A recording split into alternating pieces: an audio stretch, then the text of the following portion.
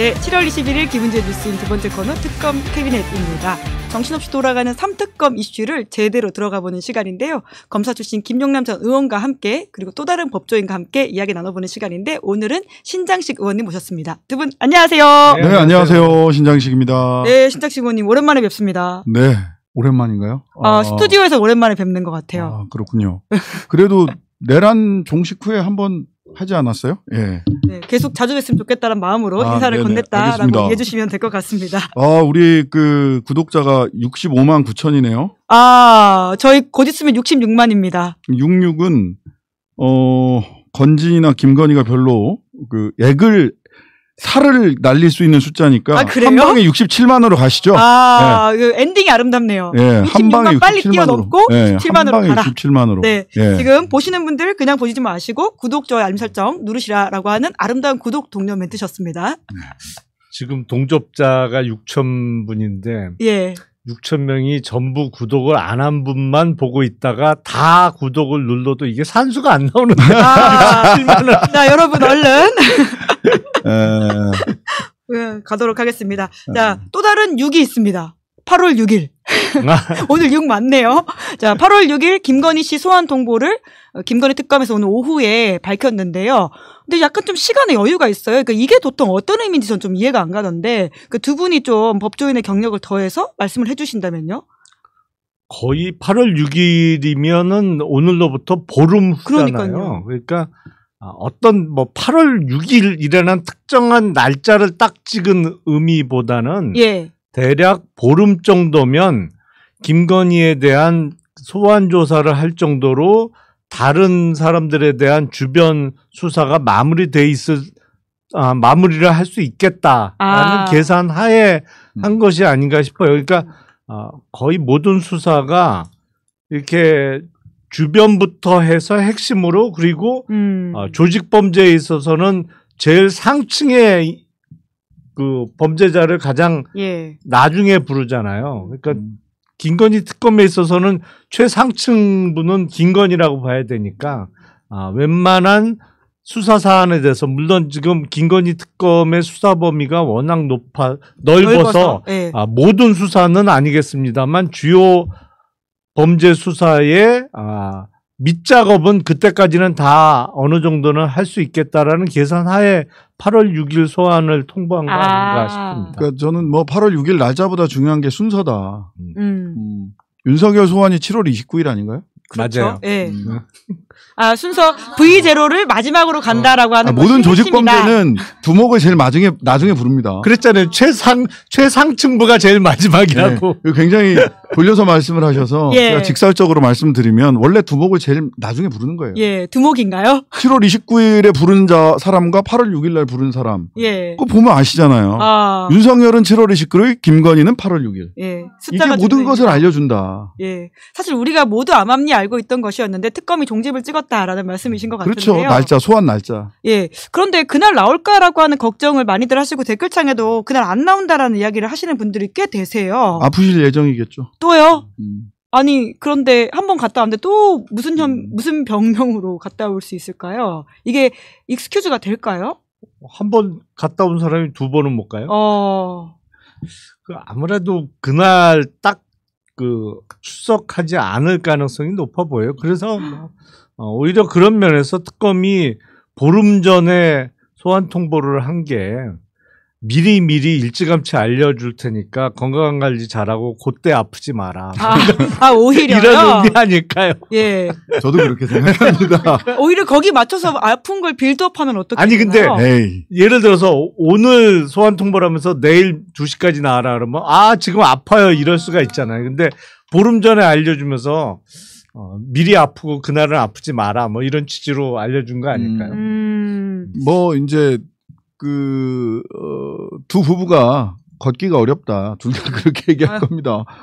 걷기 어렵다라고 얘기하겠죠. 예, 윤석열 씨는 당뇨 때문에 계단을 오르기 힘들다 뭐 이런 식의 주장을 하고 있긴 하죠. 간 수치가 급히 많이 높아졌다 이런 얘기도 하고 있고. 근데 구속적부 심사는 본인이 직접 나왔잖아요. 예. 거기도 계단이 있던데.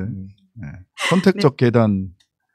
이용. 예. 네. 오히려 건강 관리를 거기에 맞춰서 하라라고 하는 시그널이다라고 네. 저희가 이해하면 될 것 같다라는 말씀을 주셨는데 그 김건희 씨 관련해서는 지금 아까 주변부 수사가 시작해서 그때까지 마무리하겠다라고 한 타임테이블을 짜준 거라고 하셨는데 근데 벌써 지금 도망간 사람들도 있거든요. 그렇죠. 2명이나 도망갔는데 한 명은 출국을 했고요.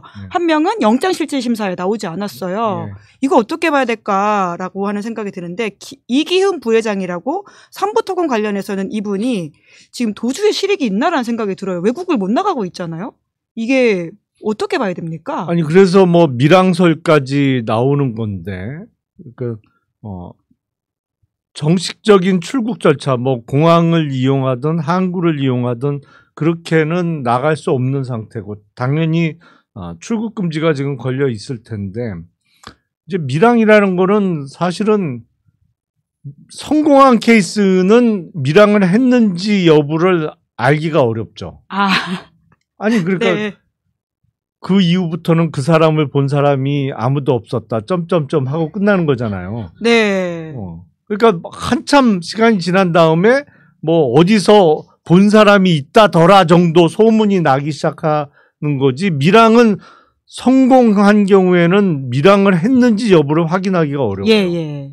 근데 실패하고 잡히는 경우에는 바로 확인되죠. 그 전에 보면 그 아마 상호가 미래저축은행이었던 거로 기억을 하는데 거기 김창경 회장이라고 그 양반이 밀항을 시도하다가 잡혔죠. 잡혀갖고 그 구속 수감돼 있다가 제 기억으로는 그런 과정에서 이제 극단적 선택을 했던 거로 기억을 하는데 그렇게 밀항 시도를 하다가 잡히는 경우에는 금방 탄로가 나는데 성공하면 참 어려워요. 밀항을 했는지 뭐 한국 어디 산골 깊숙한 데 숨어 있는지 알 수가 없죠. 사실은. 무슨 범죄 영화에 나오는 듯한 이야기여서 참 이게 실화인가 싶긴 한데요. 이제 김건희 씨 주변에 일어나는 일이죠. 범죄 영화 오컬트 같기도 하고 범죄 같기도 하고 오컬트 이야기 빨리 들어가 볼까요? 네, 오컬트 같기도 하고 범죄 영화 같기도 하고 근데 그 오늘도 보니까 딴지일보인가 거기 보니까 만평에 나가 오빠라고 하면서 3명이 도주했다라고 하는 식으로 나오던데 2명이에요. 그렇죠. 지금 김예성 씨. 예. 그다음에 이기훈. 이기훈을 헷갈려 하시는데 삼부토건 부회장이 웰바이오텍 회장입니다. 그렇죠. 동일인입니다. 왜 삼부토건 부회장 그 이기훈 씨는 그 조남욱 씨로부터 이일준으로 삼부토건 경영권을 넘길 때 중간에서 그 딜을 해줬다는 사람이거든요. 예. 그러니까 삼부토건과 관련해서는 이거 경영권 이전까지를 전부 다 딜을 할 수 있는 정도의 깊이 관여되어 있는 사람이고 그 뭐 가짜 MOU 맺고 주가 조작하고 뭐 이런 거를 이렇게 숨쉬듯 해오셨던 분이라고 알려져 있어요. 그런데 핵심이라는 거죠. 예. 주가 조작의 핵심이라는 거죠. 그런데 이제 제가 특검보를 김건희 특검, 김영건 특검보를 만나서도 의견을 전달했던 거는 웰바이오텍을 같이 보셔야 된다라고 했거든요. 왜냐하면 웰바이오텍이 삼부토건 관련해서 주가 조작 패턴이랑 똑같아요. 같이 MOU 체결도 하러 갔다 왔고 재검 포럼도 갔다 왔고 근데 여기는 이제 무기명 전환사채 발행을 해가지고 한 400억 정도 누군가 주머니에 들어갔다. 라고 하는 혐의로 지금 특검에서 조사를 하고 있고 강남경찰서에서도 조사를 했었거든요. 그 웰바이오텍 회장이 이기훈, 삼부토건 부회장 이기훈. 그러니까 삼부토건에서는 사실은 전현직 그 삼부토건 회장들이나 경영진들이 주가 조작을 통해서 돈을 많이 실현했을 수 있는데 여기에 뭐 추가로 김건희나 이종호가 연관돼 있는지는 조사를 해봐야 되겠습니다만은 저는 아무리 봐도 웰바이오텍이 실제로 파킹하고 돈을 이렇게 가져가는데 슈킹해 가는데 굉장히 유용한 회사였어요. 그래서 그 핵심인 이기훈이 밀항을 하려고 했다, 사라졌다, 도주했다. 이거는 뭐 웰바이오텍 이 빼박 이 삼부토건 사건에서 동시에 핵심인 곳이다라는 거를 인증한 거다 스스로. 그게 삼부토건 경영권이 조금 전에 말씀하실 때 조남욱에서 이일준으로 넘어가는 과정이라고 그랬는데 그게 아니고 중간에 조성옥. 조성옥. 조성옥에서 이일준. 예, 그렇죠. 예, 맞습니다. 예. 조남욱을 똑같이 조씨라 약간 헷갈려요. 예. 그 조남욱 조성옥은 전혀 다른 그렇죠. 다른 조씨입니다. 친인척 관계는 친인척 관계도 아니고. 아니 이런 식으로 영장실질심사를 앞두고 도망가는 사람들이 자주 있습니까? 그러니까 이럴 경우엔 거의 빼박이다 이렇게 지금 또 신장식 의원님. 그렇죠. 가끔 있죠. 가끔 드물게. 근데 그거는 그러면 이제 바로 수배 절차로 가는 거예요. 지금 그러고 있더라고요. 예, 그렇죠. 수배 전단 나왔어요. 수배 전단. 그렇게 가는 거예요. 네. 그러니까 오히려 제가 봤을 때는 이게 과연 실질적인 이익이 있나라는 생각이 들거든요. 그러니까 누가 봐도 잡히면 다음에 무조건 구속인데 이렇게 도망가는 이유는 뭘까? 근데 이제 관계자의 심리. 영장 재편 나와도 구속인데. 저래도 망했고 이래도 망했으니까 일단 도망가 보자. 왜 그런 거 있잖아요. 일도죠. 일단 도망가고 보는 거죠. 예, 1도, 2부, 3백. 예. 한번 해설을 해주시죠. 일단 도망가고 2부 두 번째로는 부인하고 세 번째는 백을 쓴다. 1도, 2부, 3백. 지금 백을 쓸 수 있는 상황은 전혀 아니다 보니까 일단 도망을 가는 게 아닌가. 범죄자 은어입니다. 지금 본인이 말씀해 주시는 게. 근데 저는 이기훈 씨나 김예성 씨한테 말씀을 드리는데요. 혹시라도 이 방송을 보신다면 당신이 가장 안전한 곳은 구치소입니다. 그 두 분이. 오히려 진심으로 드리는 말씀이에요. 그럼요. 김용대 드론 작전 사령관이 유서 써놨었잖아요. 그랬죠. 그래서 어제 체포영장, 구속영장 발부되는데 긴급 체포하고 영장 발부되는데 그게 굉장히 중요한 사실이었을 거예요. 유서가 발견됐다는 게. 죄송합니다. 이게 저희가 뭘 바꿨는데 뭐가 잘 안 그러는 되고 건 아니에요. 그러니까 이거 못 보던 게 오디오 이슈가 있다 보니까 좀 잘해보려고 설치했는데 이게 좀 고정이 안 되나 봅니다. 신장식 의원님 그냥 바닥에 두셔도 돼요. 괜찮습니다. 예. 자, 그러면. 왜 남의 걸 부시고. 아닙니다. 이게 잘 고정이 안 돼가지고, 신 의원님 탓이 아니라는 말씀을 다시 한번 드리면서, 그럼 이 코너의 시그니처인 특검 캐비닛을 한번 꺼내보도록 하겠습니다. 김건희 특검에서 무언가 나오고 있는 상황인데, 이 특검에서 저희가 이번 주 주목해서 봐야 될 것들 안에 넣어놨거든요. 번호는 윤석열 수임 번호입니다. 신장식 의원님이 저 위에 써놨습니다. 3617인데. 그 정도는 외우시겠죠. 1818 아니었나? 3617 한번 눌러주십시오. 예, 그런 다음에 C를 눌러주시면 됩니다. 예, 짠. 돌리세요. 짠. 뭐가 나오는 거죠? 오호, 험한 것이 나오는데. 예, 한번 카메라로 보여주시면 되겠습니다. 험한 것이 나왔어요. 험한 것. 야, 진짜. 험한 게 2개나 있어요. 예, 아니 진짜 아까 오컬트라고 하셨는데요. 그러니까 정말 이 뉴스는 과연 범죄 도시인가 아니면 파묘인가라는 생각이 들 정도로 너무 많은 게 복합적으로 들어가 있다는 생각이 들어요. 심지어는 이따가 이야기하겠지만 개신교, 통일교까지 무슨 종교 대통합인가라는 생각이 들 정도인데 이 김건희 특검이 지금 압수수색을 건진과 관련해서 하면서 건진의 비밀의 법당에서 나왔다라고 하는 것이거든요. 도통 이거 뭐라고 이 압수수색 현장에서 발견된 이것의 의미는 저희가 뭐라고 이해해야 될까요? 두 분도 말이 없으십니다. 그러니까 보면 참 우리나라에서 뭐 이런 거를 볼 거라고는 생각지도 않았어요. 여기도 마찬가지입니다. 네. 근데 그런 무속인들은 흔히 자기가 모시는 신이 있다고 얘기하잖아요. 그렇죠. 네, 그런 무속인들은 영화나 이런 데서 보면 그래서 무슨 어린 애기 동자를 모시는 사람은 뭐 목소리가 애기처럼 그렇게 말을 하고 뭐 할머니 신을 모시는 사람은 또 뭐 그 비슷하게 얘기하고 그런데 건진이라는 사람은 여기 이런 사람을 모시는 거죠. 그러니까. 일본 신이라고 알려져 있죠. 본인은 자기 어머니라고 해요. 그러니까 아마테라스 아니냐 그러니 어머니래. 차라리 김건희라고 그러지. 정말. 그러면은 뭔가요? 거기는 뭐가 여자처럼 얘기를 하나? 뭐가 그분이 오시면? 이게 접신을 했을 때. 근데 결국은 본질적으로는 저기서 사기 행각을 벌인 게 아닌가라는 생각이 들긴 하는데요. 치료를 명목으로 돈을 받았다 혹은 뭐 로비의 대가였기 때문에 진심으로 이걸 정말 믿었나라는 생각이 들기도 합니다. 그러니까 며칠 전에 그 얘기를 들었는데 그 권재진 전 법무부 장관이란 분이 계세요.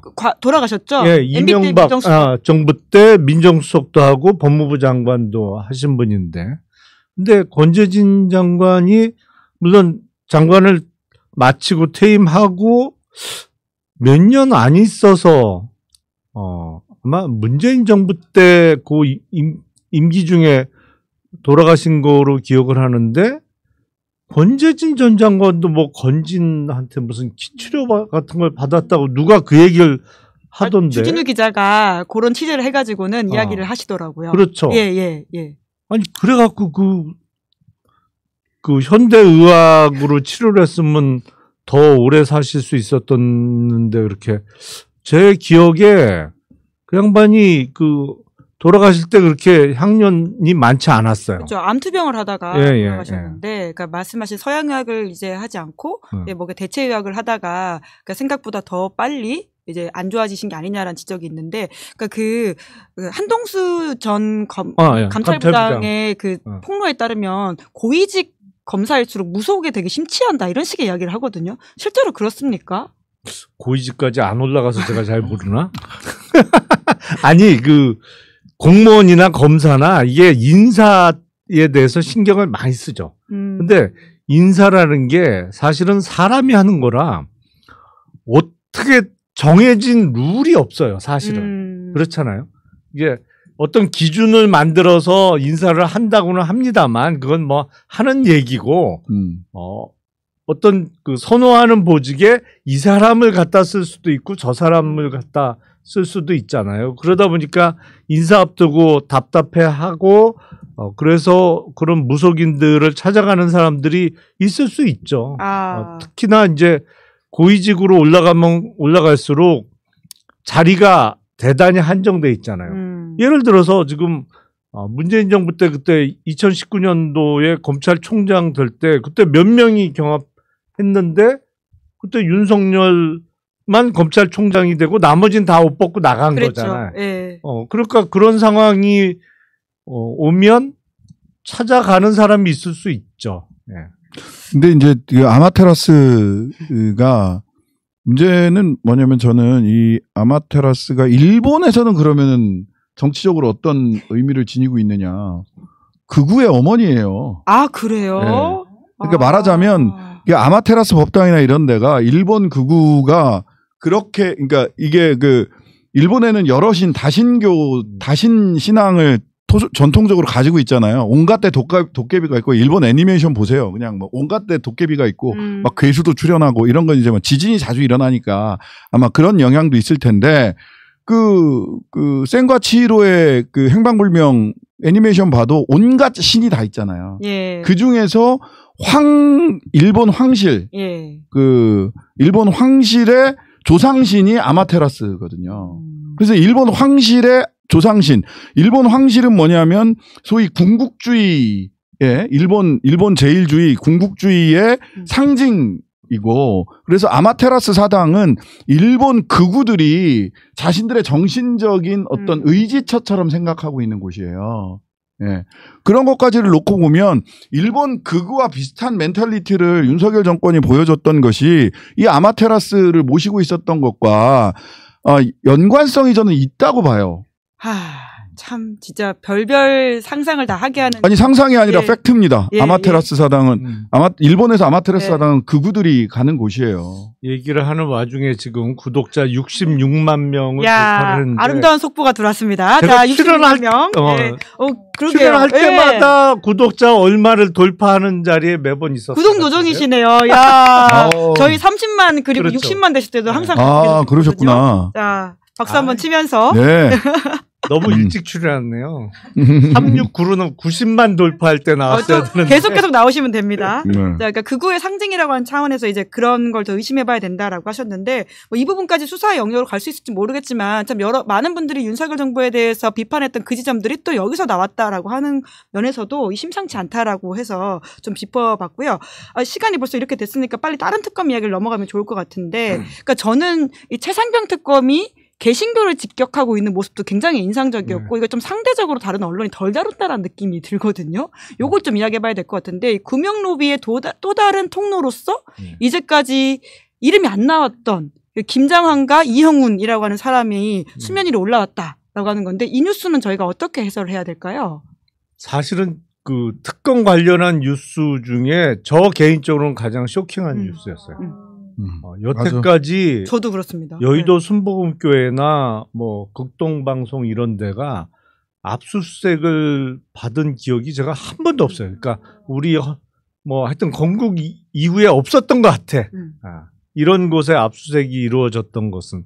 그래서 이거는 정말 특검이니까 가능한 수사 아닌가라는 생각이 들어요. 왜냐하면 여의도 순복음교회는 뭐 단일교회로는 우리나라에서 최대가 아니라 뭐 세계 최대 교회라는 거잖아요. 그리고 역대 정부, 어느 정부가 됐던, 그게 뭐 민주당 출신의 정부가 됐든 국민의힘 전신 출신의 정부가 됐던 어떤 정권 차원에서도 뭐랄까요, 뭐 때로는 협조하기도 하고 뭐 이렇게 결코 무시할 수 없었던 관계였던 건 틀림없고, 그게 거대 종교 단체이기 때문에 그런 힘이 있었다고 보는 거고, 극동방송도 역시 마찬가지죠. 예. 거기는 뭐 둘 다 마찬가지죠. 사실은 지금 여의도 순복음교회는 이영훈 담임 목사입니다만, 그 전에 이제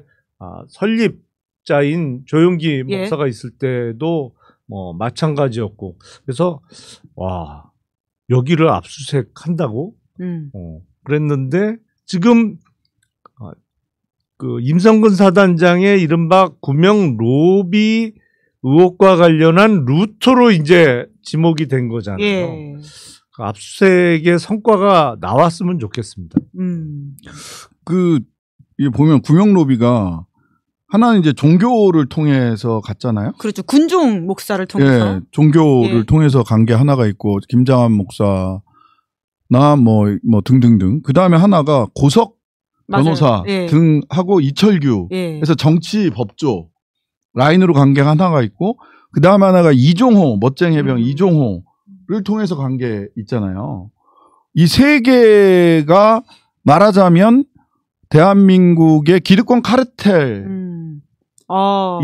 예, 종교, 예. 정치와 법조, 예. 그 다음에 돈, 돈. 주가 조작을 통해서 뭐 갔든 뭐를 했든 뭐 돈, 이게 기본적인 기득권 카르텔이 아닌가라는 생각이 들고요. 그 다음에 어느 카르텔이 더 어느 쪽 분야가 굉장히 강하게 윤석열을 움직였는지, 뭐 8월 6일 날 마지막으로 나오시는 김건희를 움직였는지 모르겠으나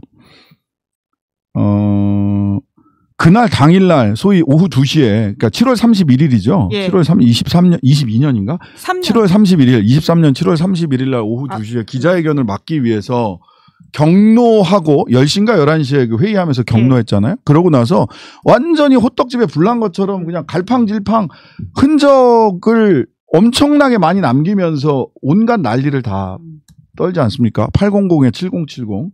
800-7070 전화 받으신 분들 차례차례 지금 그 압수수색 받고 예. 계시거든요.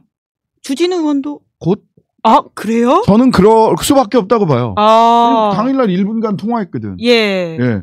제가 그 본회의장에서 누구랑 통화했어? 남자야, 여자야? 근데 예. 남자라고 그러더라고요. 오늘 나온 거 보니까. 한동안은 뭐 확인해줄 수 없다. 이렇게 예, 이야기했었던 바가 있죠. 나는 여자일 줄 알았는데 남자긴 남자대. 윤석열이더라고요. 예. 여튼 그래서 이 기득권 카르텔이 진짜 호떡집에 불난 듯이 움직였는데, 여전히 이 선을 타고 들어가서 도대체 왜 그랬나는 한 번 더 확인해 봐야 될 것 같아요. 그렇게까지 임성근을 이렇게. 그러게요. 대한민국 기득권 카르텔이 다 동원돼서 호떡집에 불난 것처럼 구명을 했다? 이유가 뭘까요? 임성근. 근데 제가 보기엔 그러니까 당시 이제 이른바 윤석열의 경로설이 나올 게 뭐 그 경로한 건 어느 정도 사실로 확인이 되고 있고요. 그게 윤석열과 임성근 당시 사단장의 관계를 생각하면 그런 일이 일어날 수가 없죠. 그렇죠. 예. 사실은. 근데 중간에 누군가 말을 전한 사람 내지는 구명을 청탁한 사람 때문에 그런 일이 일어난 거지. 예. 아니 물론 이제 군대에서 사단장이 대단한 자리인 거는 틀림없습니다만, 대통령 입장에서 일개 사단장이 뭐라고 예. 뭐 경로를 하고 말고 해요. 그때부터 사실 이 의문 때문이잖아요. 왜 그렇죠, 이렇게까지? 사실은. 왜 이렇게까지? 이게 말이 돼? 예. 아니 뭐 국방부 장관도 아니고 어디 군 참모총장도 아니고 사단장 때문에 이 난리가 났어? 이게 가장 큰 의문이었잖아요. 예. 그래서 누구냐 도대체 어? 윤석열의 귀에다가 이렇게 쏙닥쏙닥 얘기를 한 사람이 도대체 네. 누구냐? 그러다 보니까 800에 7070 전화를 윤석열이 쓴 거냐, 김건희가 쓴 거냐, 뭐 이런 얘기까지 나오고 나온 것인데 지금 압수수색의 대상을 보면 그럴만 했겠구나라는 생각이 들죠, 사실은. 전 나라가 동원돼서 네. 로비를 했다. 아니 그러니까 그게 이제 예. 어떤 면에서는 임성근 내지는 임성근을 위해서 구명 로비에 적극적으로 나선 사람들이 뭐 나쁜 뜻이었지만 맥은 잘 짚었 거지. 유능했네. 예. 맥을 잘 힘이 어디 짚었던 거죠, 있는지를 그러니까. 알았다. 이 나라 네. 윤석열 정부를 움직이는 힘이 네. 어디 있는지를 기가 막히게 알았다. 그러네요. 야, 네. 참 이 서글픈 이야기라는 생각이 들긴 하네요. 과거 최순실 그 게이트 때 삼성만 알았잖아, 네, 최초에. 그 이야기가 딱 생각이 나네요. 네, 저도 그게 딱 생각이 나네요. 예. 자, 그 이종호 씨가 오늘 이제 검찰 특검 출석을 했거든요. 그럼 드디어 그럼 입을 좀 열 거라고 보십니까? 글쎄요, 쉽지 않을 것 같은데. 모르겠습니다. 하긴 원래 이종섭 런종섭 예, 전 장관 같은 경우는 도대체 왜 호주 대사로 보냈냐. 그때도 이게 가능한 일인가 했는데 당시에 사실은 그때 이제 제가 들었던 얘기는 이종섭 장관은 이 버틸 만한 성품이 못 된다. 수사를 받거나 추궁이 들어오면 좀 심약하다. 네, 그래서 멀리 보냈다. 근데 그런 것 같아요. 호주가 멀긴 멀죠. 근데 들어와서 어제 특검 나가자마자 800, 7070 윤석열 맞습니다. 예. 바로 불었어. 근데 다만 경로를 하거나 뭐 지시가 있었던 건 아니다. 이런 식의 주장을 하고 있더라고요. 뭐 경로설은 자기 말고도 딴 사람이 다 얘기하니까 네, 부인하세요. 나중에. 그렇죠. 그리고 그 자리에는 없었잖아요. 그렇지. 경로를 할 때 7월 31일 그 회의 석상에는 이종섭 당시 장관은 없었잖아요. 그러니까. 예. 뭐 하여튼 간에 뭐라도 하나 보험을 요만큼이라도 들고 싶어서 그렇게 얘기를 하시는 것 같은데. 근데 이제 이종호 같은 경우는 제가 보기에는 이렇게 쭉 이 이력을 보면 굉장히 배포 있게 뭐 죽일 테면 죽여봐 뭐 이런 스타일이라기보다는 굉장히 이렇게 요리조리 요령껏 빠져나가기 위해서 요령껏 요런저런 말을 할 개연성이 큰데. 자기가 살려고? 네, 자기가 살려고. 그리고 이제 자기가 살기 위해서는 일정하게는 뭐 윤과 김을 보호해야 자기도 살 수 있다. 이렇게 생각할 수도 있어요. 근데, 생각건데 꽤 제가 넘어갈 가능성이 있다. 진술의 일관성이라든지 이런 부분에서 허점이 드러날 수도 있겠다. 영장을 그러면 청구할 거라고 보시는 거죠? 영장 청구해야죠. 할 수밖에 없어요. 약간 걱정되는 측면은 어떤 측면이? 그러니까 그 변호사법 위반으로 아마 영장을 치게 될 가능성이 높아 보이는데. 지금도 이제 수사받은 게 혐의죠. 그러니까 이정필로부터 그러니까 좀 구명 로비를 받으면서 뭐 8천만 원을 받았다는 거잖아요. 근데 이게 보니까 지금 알려진 바에 의하면 25차례에 걸쳐서 8천만 원을 받았다라는 건데 영장 판사가 보기에는 야 이거 재판을 좀 해결해 달라고 이제 정권 차원의 이른바 백을 써서 이거를 해결해 달라고 하면서 8천만 원을 뭐 금액은 그 정도 받을 수 있다고 하지만 이거를 한두 차례가 아니고 25번에 나눠서 받아? 갸우뚱할 수 있어요. 그래서 영장을 치기는 할 것 같은데 제가 보기엔 그 부분 말고 뭐가 좀 더 나와야 붙어야 될 것 같아요. 수사로 좀 더 붙어야 된다. 영장 범죄 사실에 뭐가 더 붙어야 될 것 같아요. 그러니까 동의합니다. 조금 감이 이상하잖아요. 그러니까 영장 판사도 똑같이 생각할 것 같아요. 그 이정필이라고 얘기를 하셨는데, 그러니까 참 이 사람들도 참 재밌는 사람들이에요. 이정필, 이정호가 도이치모터스 1차 주포가 1차 선수가 이정필이고 2차 선수가 이종호란 말이에요. 2차 선수가 1차 선수한테 8천만 원 받은 거야. 너 재판 잘 받게 해줄게. 그게 어떤 의미예요? 아니 뭐 서로 속고 속이고 서로 그런 사이라는 거죠. 아 사기꾼들끼리 오히려 더 사기치는 거예요? 서로 사기치고 있는 거예요, 사실. 아니 그러면 그걸 공짜로 해줘요? 주가 조작 선수들끼리 서로 사기치고 있는 거예요, 지금. 네.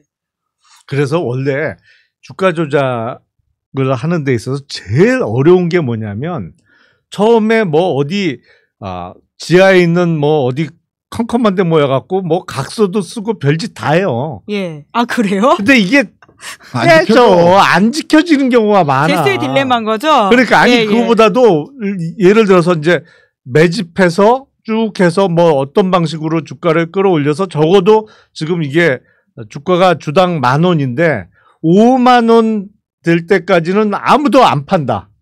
이게 중간에 계속 누가 팔면 주가가 안 올라가잖아요. 그러니까 절대로 안 판다. 목표 주가 오를 때까지는. 그리고 어떤 식으로 이제 털고 나간다. 약속은 철석같이 하지. 도원결의. 근데 공범들 간에 꼭 중간에 먼저 털고 나가는 사람이 나오는 경우가 많아요. 이 정도 가격이면 욕심 좀 내고 싶다. 아니 왜냐면 지금 팔고 나가면 자기는 확실하게 돈을 벌잖아. 근데 그때까지 끌고 가다가 이게 잘 안 될 수도 있거든. 그러니까 중간에 꼭 배신하는 사람이 나오는 경우가 많아서 주가 조작의 공범들 간에는 항상 가장 큰 문제가 뭐냐면 서로에 대한 신뢰가 없다는 거예요. 그러니까 무슨 의리상 야 내가 너 재판 잘 받게 결과 잘 나오게 내가 그냥 김건희한테 심써줄게. 그런 게 어디 맨입에? 그런 건 없어요. 아니 그러니까 중간에 팔고 나간 사람을 꼭 배신자라고 보기도 어려운 것이 고점까지 그거를 계속 도원결의를 한 사람들을 도저히 믿을 수가 없는 거거든요. 언제 네가 먼저 약간 눈치 게임 같은 거예요. 네가 먼저 나갈래? 내가 먼저 나갈래? 그렇게 되는 거지. 그런 상황이 이렇다 보니까 현금만 믿는 거지 채권은 믿을 수 없다. 그럼요. 담보 내는 건 아무것도 안 믿겠다. 그럼 김건희 씨가 만약에 이것에 가장 최정점에 있는 사람이라면 이러한 딜레마적 상황을 어떻게 관리를 잘 할 수가 있는 거죠? 제가 보기에는 사실은 김건희 씨는 도이치모터스 사건 때를 제가 이렇게 쭉 들여다보면 지위가 바뀌어요.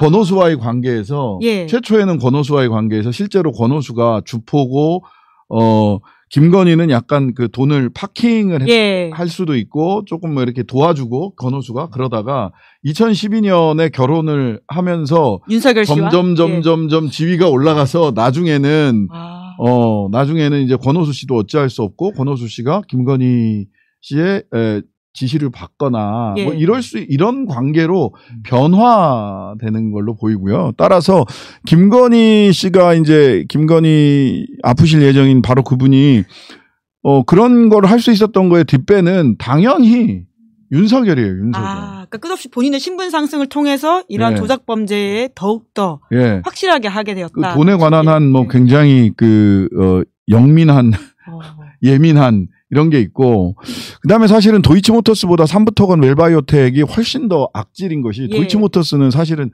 도원결의하고 샀다 팔았다 12시에 뭐 8만 주 때려주삼 하고 자기들 엄청 노력했단 말이에요. 호재를 만들기 위해서. 근데 삼부토건하고 웰바이오텍은 국가를 이용해서 호재를 만들었잖아. 호재 만들기 얼마나 좋아. 더 쉽죠. 훨씬 쉬워요. 훨씬. 그렇죠. 뭐 호재 하나 만들려고 보도 자료 내고 막 어디 가서 외모요 했다고 사진 찍고 뭐 서로 안에서 이게 서로 던지기 받기 막 하고 이러는 거거든. 근데 이건 그럴 이유가 없어. 그러면 이거는 정말 심각한 국기문란 사건이라고까지 봐야 될 국기문란 사건입니다. 국가를 동원해서 주가 조작 호재를 만든 사건. 보셨어요? 이거 아마 세계적으로 어떤 금융 교과서에 나올 사례 같은데. 다른 나라에 이런 사례가 있었나? 잘 모르겠어요. 좀 부끄러워지네요. 이게 교과서에 나올 정도의 사안이다라고 한다면. 그러니까 거꾸로 말하면 이거 엄단하지 않으면 정말 또 다르게 우리가 부끄러워지겠다라는 생각이 좀 들기는 하네요. 그렇죠. 참. 이게 저는 이 과정에서 윤석열 정권이 우리 국장이 쌓았던 최소한의 투명성과 신뢰성 뭐 이런 주가 조작 세력은 밝혀낼 수 있다라고 하는 물론 많은 아쉬움들이 있어 왔지만 그럼에도 불구하고 그런 것조차 다 깨트린 거거든. 22년에 있었던 일이잖아요. 23년에 있었던 일이잖아요. 네, 이제 젤렌스카 여사 오고. 네, 네, 그 주가 조작이 있었던 게 23년인데 24년에 돼서야 그 국회에서 김병완 그 금융위원장 청문회 때 제가 삼부토건망 하면서 이거 조사해야 된다, 시장 조사해야 된다, 거래소 뭐 하냐, 금감원 뭐 하냐 막 그러니까 그 해 작년 7월부터 9월 사이에 첫 감시 그 시장 이 심리를 했단 말이에요. 예. 한국거래소 시장감시위원회에서. 근데 지금이 처음이냐 두 번째냐, 무능이냐 외압이냐. 그 적출을 못했으면 무능한 거고, 주변의 적출을 했음에도 불구하고 예. 뭔가에 의해서 꺾였다면 외압이잖아요. 야. 그러면 저는 시장감시위원장이라면 죄송합니다, 외압이 있었습니다 라고 얘기를 하는 게 우리 시장을 위해서 예. 굉장히 중요한 대목이라고 생각을 했는데 끝까지 답을 못합니다. 입국닷. 본인이 국회에서. 공범이 될 수 있다라는 두려움 때문에 그런 건가요? 뭐 그럴 수 있죠. 아니, 그거는 입국닷. 금융위원장 상대로 물어볼 게 아니고 한국거래소 이사장을 상대로 물어볼. 아니 거래소 시장감시위원장을 상대로 물어봤어요. 시장감시위원장. 당신은 국장의 이 공정성과 투명성과 신뢰성을 수호하는 것이 당신의 임무입니다. 임무에 충실하게 답변해 주십시오. 야. 답을 못해요. 저도 사실은 삼부토건이나 이 케이스가 우리 거래소, 한국거래소의 이상거래 적발 시스템에 불이 안 들어왔을까? 그 자동으로 알람이 뜨게 돼 있거든요. 자동으로 들어오거든요. 눈 감아준 사람들이 분명히 있다. 아니, 공범이 있다. 이게 만약에 안 들어왔다고 하면 예. 그 시스템이 대단히 잘못된 시스템인 거죠. 문제가 심각하지. 심각한 예. 거예요. 예. 이게 들어왔었을 것 같은데. 그렇죠? 사실 좀 바깥에서 이 상황을 지켜봤던 두 분은 아주 오래전부터 알람을 울리셨었잖아요. 네. 경고 사인을 주셨는데, 그러니까 정말 권한이 없는 사람이 보기에도 이 정도면 안에서는 충분히 권한 가지고는 잡아낼 수 있었을 것이다. 이 말씀이신 거네요. 그리고 그렇죠. 이제 제보도 있었어요. 예. 웰바이오텍 같은 경우는 심리를 해서 넘겼는데 그 넘기려고 문서 작성까지 다 했는데 이거 안 받았다는 거예요. 문서. 보고를 안 받았어요. 금감원에서? 아니면 거래소에서? 거래소에서 제보가 있었어요. 이 보고서 다 작성했는데 안 받았다는 거예요. 보고서를. 야, 웰바이오텍은. 예, 8월 6일까지 굉장히 좀 바쁘게 움직여야 되겠다라는 생각이 드네요. 제가 보기엔 김건희 특검은 약간 과부하예요. 이게 과부하예요. 일이 너무 많아. 네. 사건이 너무 많고 범위도 넓고 그래서 저 정도 인력으로 저 수사를 다 할 수 있을까? 처음부터 내가 그 걱정을 좀 했었는데 아니 그게 점점 현실화되고 있어요. 예. 저거 내가 보기엔 좀 무리인데. 아니 그래서 많은데, 사건이. 저도 그런 걱정이 있어서 할 수 있는 부분까지 해서 기소를 하고 활동 기간이 그 있잖아요. 연장을 한다고 늘릴 수 해도 있죠. 제한이 네. 있거든. 그러면은 150일인가요? 네. 예. 그 이후에는 말하자면 개혁된 공소청에 사건을 넘겨야 될 게 있을 수도 있다. 그 부분을 가르마를 잘 타야 될 것 같아요. 예. 모든 범죄 행위를 다 기소하고 가겠다라고 하면 못할 것 같아요. 못해. 공소유지를 하기도 어려울 것이고. 네, 공소유지도 어려울 거고. 예. 그래서 여기서 특검에서 할 일과 개혁된 공소청에서 할 일을 또는 개혁된 중수청에서 할 일을 가르마를 잘 타주는 것도 특검이 해야 될 일이 아닐까라는 생각이 들 정도예요. 아마테라스까지 하게 될 줄 누가 알았어. 그러게요. 게다가 뭐 통일교도 있고 심지어 권성동 의원도 압수수색을 받았더라고요. 그러니까요. 야, 정말 끝이 없습니다. 이게 어디까지 갈 것인가라고 하는 생각이 드는데 그래도 이번 주 끝으로 이번 주 3특검의 핵심 쟁점은 이것이다. 좀 각각 두 분이 보시기에는 이번 주는 이걸 좀 집중해서 봐라라고 하는 걸 좀 짚어주신다면 뭐가 있을까요? 먼저 하시죠. 내란 특검. 예. 내란 특검 같은 경우는 지금 기소를 했죠? 윤석열 씨. 예. 기소를 했고, 그럼 잘 관심사는 참 이런 게 관심사가 되는 게 웃기지만 또 지기현한테 가나? 배당 문제를 봐야 된다. 배당이 걱정이 되는. 아이고. 근데 현실적으로 뭐 내란 특검에서 이것저것 더 하실 거예요, 분명히. 특히 이제 김용대 드론 작전 사령관을 그 인신을 확보를 했기 때문에 외환죄, 그러니까 일반 이적죄를 적용을 할 거냐, 외환 유치나 여적죄까지 나아갈 수 있을 것이냐.